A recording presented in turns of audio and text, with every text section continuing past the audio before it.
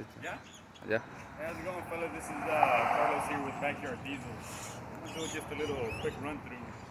I want to just thank everybody, subscribers, and everyone that's been following me. I'm going to do this in English and in Spanish, so hopefully this will help out English and Spanish speakers. But this is a emissions related problem. We're losing coolant. On this particular truck, it's a 2018. It's losing a quart of coolant every 50 to 60 miles. Warranty's out. It's got 120,000 miles, I believe. Ram Cummins 6.7. But I have an EGR cooler right here that I'm gonna use as an example. The trick of this truck, in order to, if you're losing coolant, it works both ways depending on the pressure coming from the coolant or the pressure coming from the exhaust. But I'm going to show you just a little quick tip, a big money saver. You don't freak out, you won't have blown head gaskets, not 90% of the time. It wouldn't. Most likely your EGR will fail before your heads do. Well, depending. But one other thing is, if you're losing coolant, what you do is you drive the truck, fill it up to normal coolant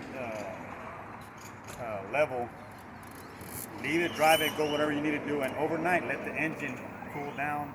And in the morning, first thing in the morning, you do what does coolant and water do? It vaporizes. It's going to go to the highest point. So we're going to look right here on your highest point. This is your exhaust back pressure sensor. You're going to take this off. Shit, I'm not going to do all that. This engine's still hot. You're going to take your exhaust back pressure off, and this is just so you can see. You're going to remove it. I think it's a 1 1/16 to remove it. You're going to do a little snapping motion to remove it. You're going to check the tip.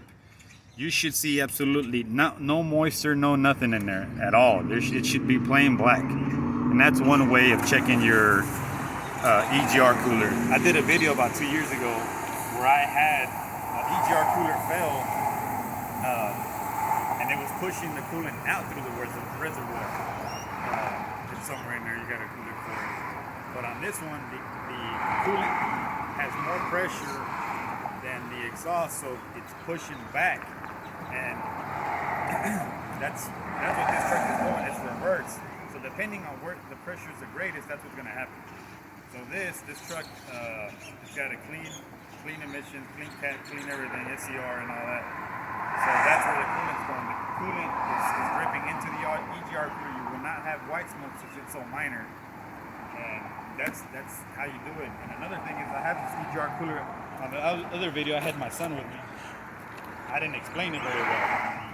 So what you're gonna do on this EGR cooler, you're gonna tape up all 4 ends. Real perfect. It's hard.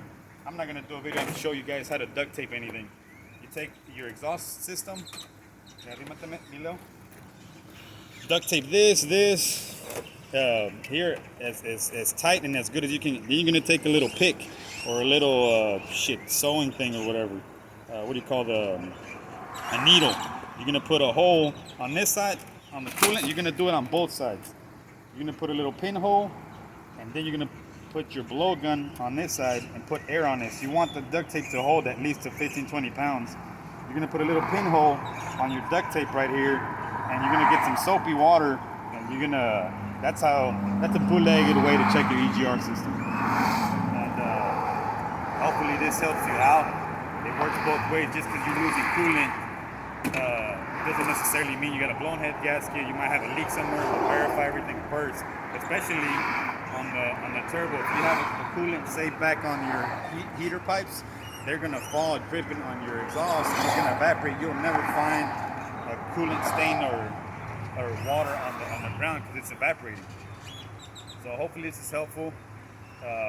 That's what's wrong with this truck. It's a failed EGR, and the reason I can say that it's been taken out and replaced, and it's not hard to do it. I mean, this is a 2-hour job for a seasoned vet. You guys at home should do it in 6 to 8 hours. I'll just explain it real quick what you got to do. It ain't nothing to it. You're gonna need a 15 to 10 and an 8mm to do this whole job right here, and a set of pliers. You're gonna remove your shit, whatever this cover is. You can remove your crankcase cover. Got see the fucking around. And you're gonna remove your gate. Your EGR valve, well, your EGR valve here, this controller that opens up the flapper in there. This one, you're just gonna set it to the side. There's 2 tins down there, 2 tins over here. Just move it to the side. You're gonna remove your filter housing down there to your turbo pipe. This hose comes in, it's held down by a 10 millimeter. They're all tins in here. And the 15s are the back there on your EGR. And there's a clamp here, a 7/16 that holds the front part EGR cooler, which would be this over here, the front end of the EGR. So hopefully this is helpful, ain't nothing to it. I mean, once you start removing things, just remove all your connectors. This is the important thing, is removing your crankcase so you won't break the sensor. This pipe goes into the return off the EGR cooler back into the block cylinder head. So, all right, guys, hopefully this is helpful. I'm gonna switch over to Spanish now. If you have any questions, videos that you would like me to do, or explaining step by step, man, we've been super busy and I haven't done a video in a long time. But anyways, appreciate you guys switching over. Bueno, mi raza, ahorita estaban viendo lo que le está pasando a esta troca. La troca es esta es una 2018 RAM 6.7 y tiene 120,000 millas. Está perdiendo un cuarto cada 50, 60 millas por ahí más o menos. Y lo que pasó en esta troca, hace como 2 años hice un video explicando en aquella troca, fue que la presión del agua del exhaust estaba haciendo que el agua se saliera del reservoir. Por aquella era otra más, creo que era 2012, está acá en el radiador. Pero es lo mismo. Y esto trabaja para Ford, Chevy, Dodge, hacen lo mismo. Cuando tienen los EGRs, en esta troca no está muy corrida, el escape no hay suficiente presión para que aviente el agua para afuera por el... ¿Cómo se llama ese Milo? No. Recibidor. ¿Cómo? ¿Cómo se llama este? Bueno, sepa madre cómo se llama, guys, esta reservoir. Pero lo que hace el EGR está dañado, pero como hay más presión del agua, el agua se está yendo para el sistema de exhaust, combustible, pues la salida, y nunca va a tirar humo blanco porque no hay suficiente agua para que la puedes ver con el vapor blanco. Eso es lo que le está pasando a esta troca. Para un mecánico que sabe lo que está haciendo, se tarda 2-3 horas para cambiar este problema. Hay unas cosas que les estoy explicando en el video, es cómo checar esto, ¿sabes? Sabiendo que es un problema de EGR en vez de que sean las cabezas. Y el que hace el EGR, les estoy explicando cómo checarlo. Les expliqué tapear todas las 4 puntas, bien tapeadas con duct tape. Le hacen un hoyito solo con un alfiler, donde le vas a, aquí como por ejemplo a este lado vas a tener que checar los 2 lados. Aquí le haces con un alfiler, bien tapeado aquí, le echas aire donde tú quieras, nomás que esté más o menos bien sellado, que aguante 15-20 libras. Le echas jabón aquí en el tape con el alfiler y ahí te va a dar gorgoritos o una bolita o 2. Así es como se chequea de manera en casa. Bueno, hay maneras de checar, pero tienes que buscarle el modo. Y bueno, guys, eso es una cosa, una maña para revisar la troca si está perdiendo agua. Luego, nomás usa la energía, échale el agua que debe de llevar. En la mañanita, después de usarla toda la noche, déjala en la mañana porque el agua se vaporiza en la noche. En la mañana, quitas el exhaust back pressure sensor que está aquí, que siempre es lo más alto del agua. Y aquí en la puntita, cuando lo quites, debe estar absolutamente negro, es normal. Carbón, el soot que tiene allí.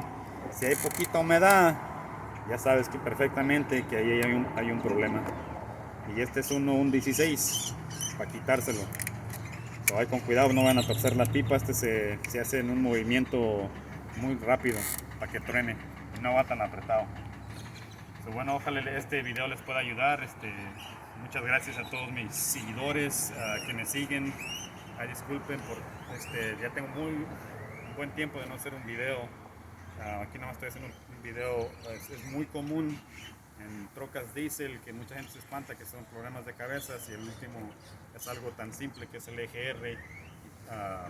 Algo que ustedes pueden hacer. Bueno, en una Dodge, otras trocas son un poquito más técnico, la Ford, la Duramax, ni se diga. Es demasiado trabajo, pero nada imposible. Y bueno, muchas gracias. Si tienen unas preguntas, pónganlos ahí. Trato de responder lo más pronto y lo más rápido que se puede. Obviamente no voy a poderles arreglar la troca por teléfono o por mensaje, pero pues si me dan una idea más o menos que está haciendo la troca, trataré de lo mejor de dirigirlos al problema. Pero igualmente, muchas gracias. Aquí me despido. Carlos with Backyard Diesel. No se olviden to like and subscribe, and appreciate you guys for everything. Hasta luego.